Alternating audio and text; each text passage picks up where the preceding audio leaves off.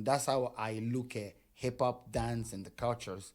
And the way I want to teach the people who are around me is we need to really appreciate each other and know side, because to me personally, there's a lot of divide. There's a lot of divide, and it doesn't get pointed out. I don't know if it should, but I don't know how you can I don't know how you make it right with some organization to allow them to have the same heart with you. Do you get what I mean?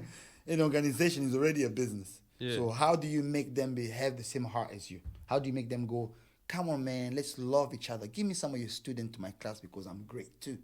How do you do that? Yeah, I mean, depending on the size of the organization and the amount of people involved and the amount of egos involved, that can be quite a challenge. Or let me run an event that's just like yours, but because I'm a face in the same industry as yours, I should be able to run one. And you, because we love each other, right? We're a community. You send me 10 people. You send me 10 people. You send me 10 people, so we can support each other. Yeah. Something like that. You know, these are the kind of things I want to be able to reach in for, because personally, I feel maybe anyone will say, oh, really, you're just in your feelings. Yeah, it's all about feelings. That's how we protect ourselves. You know, the brain does the Yeah, there's this fascinating thing of like we have the idea of competition, and there's an element of competition.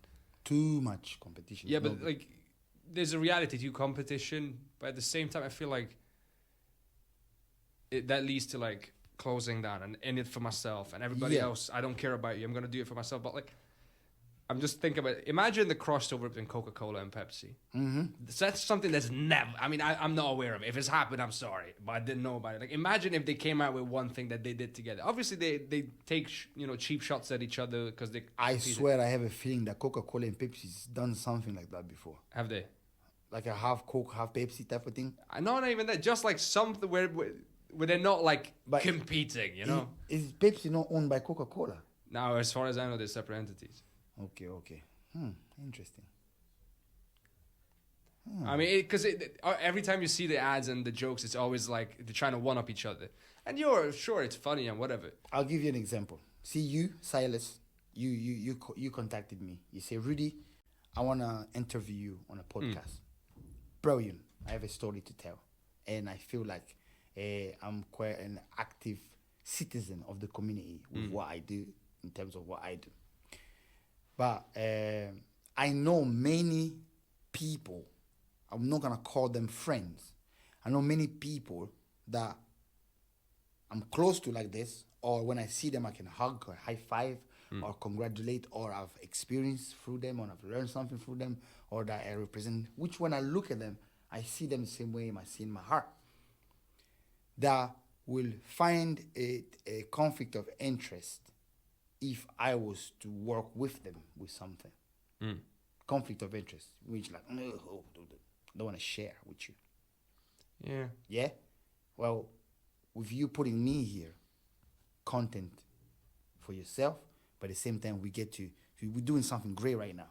I'm speaking about my history, my life, and your question, we're talking, and this thing is going to go out there, somebody's going to listen to it. In a way, you're telling my story. It's like a documentary, like it's a big deal for me. You know what I mean? But then after today, I can sit out and talk with my friends like Don and be like, how come it's just Silas? Why does it have to just be Silas? I mean, 10 years, how many people film, record things? How many people have seen me navigate through the community with the things I do? I know it might just be dance, It's not just dance. Yeah. Dance is a pretty big deal, mate. A lot of small-minded people. I had the time where I went to a barber that I'm friends with, and then people that are sitting, these people I know, I grew up with. So I'm sitting there, and I arrive and I sit there, and I came early, so I'm the first person to go for the haircut. So this guy comes in, and I know who he is. I'm not gonna say no name, and he's trying to get to work, right? He know who I am. Everybody in the room know who I am. And the space, and then the barber goes, okay, yeah, Rudy, it's your turn. So I stood up to get on, but he goes, yo, bro, I need to go to work. Please, can you? I say, bro, I also need to go to work. Like, what's the difference? You get me? And he snaps and he says, what work do you do? It's just dance, innit? Now, in that moment, I was shocked because I'm like, okay, you're a part-time hater, because people like him remind me of people that can sit in one corner and really talk down about my name. It's a part-time hater, but full-time idiot at this Yeah. point. And then the barber turns around and say, what do you mean it's just dance? Don't you know dance is his work? How dare you stand there and speak to him like that? Oh, bro, I didn't mean it like that. I said, you definitely did mean it like that. Minimizing me. Yeah. I also had someone in a corporate environment which I was working in, which was kind of crap because it was not the greatest experience.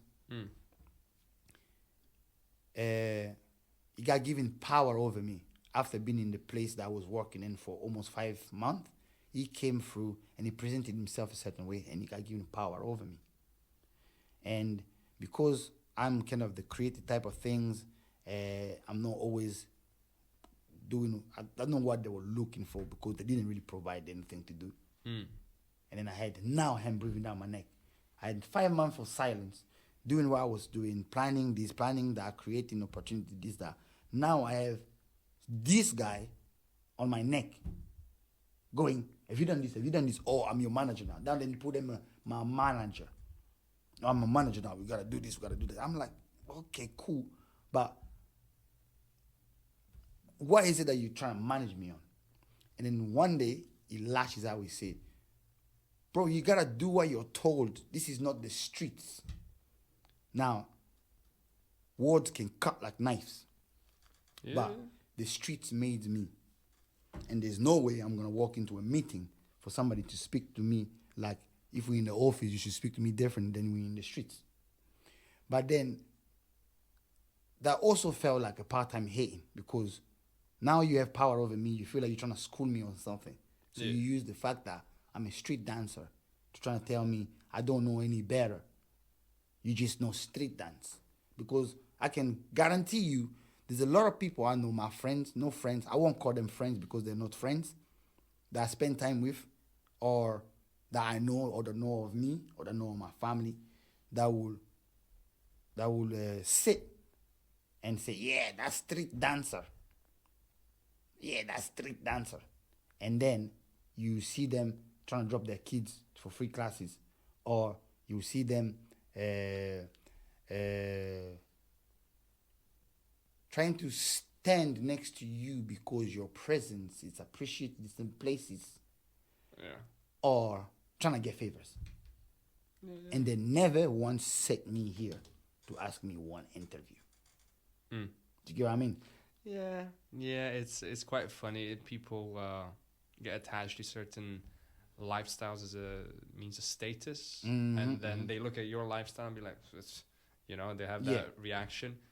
But then there's a little bit of hypocrisy that slips in, because they also see the value, but they just don't want to admit to themselves that maybe they're just not better than you. We're all just people. But because to be honest, I kind of get it, because people are raised very often with rigid mindsets, and you're told in order to be someone, you can only be someone by doing this. Or you can only be someone by living like this. You can only be someone if you talk like this, you walk like this, you wear this, you have this job, you have this house. Yeah. And they genuinely believe it. Yeah. So now they can't, they're not allowed to. They can't allow themselves to be like, he's just like me, because that would mean that the avenue they set up in their mind for value, for meaning, for status is not correct. Yeah, true. And they're so afraid of letting go of what they have that they're not willing to broaden their horizon, which would be like, actually, I don't need just this. I can still feel good and do other things as well. But they're just so like, you don't want to let go of that. Yeah. Let me use this idea of when I used to refer to myself as rude boy. When I was dancing, but I was referring myself to rude boy. The the people that was drawn to me wanted to make like this, the boys would think that I had all these legion of girls just waiting to hook up with me that I can connect them with. Yeah. I'm a dancer, I'm cool and all that. And when I go, I will dance and I'll look cool, that I can attract, females and everything. But it was not the case of, connecting everybody to it. But there was people that used that. Oh, do you know Rudy? Like people that name drops and all that. Yeah. One of those ones. When I claim king of the dance floor, when I was dancing, when I claimed king of the dance floor when I was dancing, I never been challenged as a king of the dance floor. I've done dance battles like in London and in Glasgow. Not really dance battle that's noticeable. I competed in dance competitions and won a few first place trophy because I was high level. I became all-star dancer in the UDO, United Dance Organization. All-stars. You win a bunch of first place. You all-stars. You don't have to compete anymore. And I was okay with that. All-stars. But so I'm strong with what I was doing. Never been challenged. Yeah, you're not the king of the dance floor. Recently, when I claimed to the public, because it's not like there was a crowd there, so I do it through social media. Guys, from today on, you're going to be referring to me as Rudy King Bantu. The new era has begun.